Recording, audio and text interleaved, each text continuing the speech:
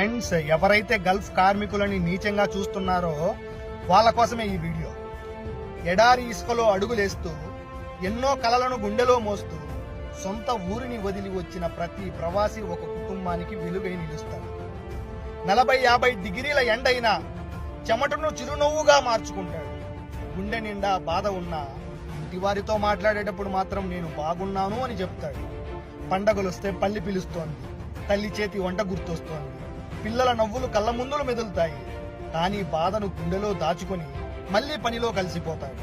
తుఫానులా వీచే ఇసుక గాలులు, భరించలేని ఉక్కపోత, 12 గంటల కష్టం, ఒంటరితనం, నిద్రలేని రాత్రులు ఇవన్నీ అతని జీవితంలో భాగమే. అయినా ప్రతి నెల జీతం రాగానే ముందుగా గుర్తొచ్చేది తన కుటుంబమే. తన అవసరాల కంటే ఇంటివారి ఆనందానికే ప్రాధాన్యత ఇస్తాడు. గల్ఫ్ ప్రవాసి అంటే కేవలం విదేశాల్లో పనిచేసే వ్యక్తి కాదు, కుటుంబం కోసం తన కలలను త్యాగం చేసిన ఓ మౌన యోధుడు. ఎడారి ఎండను జయించిన చేతులు, కుటుంబ భవిష్యత్తుని నిర్మించే శిల్పాలు. వారి చెమట చుక్కల్లోనే ఎన్నో కుటుంబ ఆశలు, ఆనందాలు దాగి ఉన్నాయి. ప్రవాసి చెమటకు విలువ ఇవ్వండి, అతని త్యాగానికి గౌరవం ఇవ్వండి. ఎందుకంటే ప్రతి ప్రవాసి వెనక ఒక కుటుంబ భవిష్యత్తు నిలబడి ఉంది.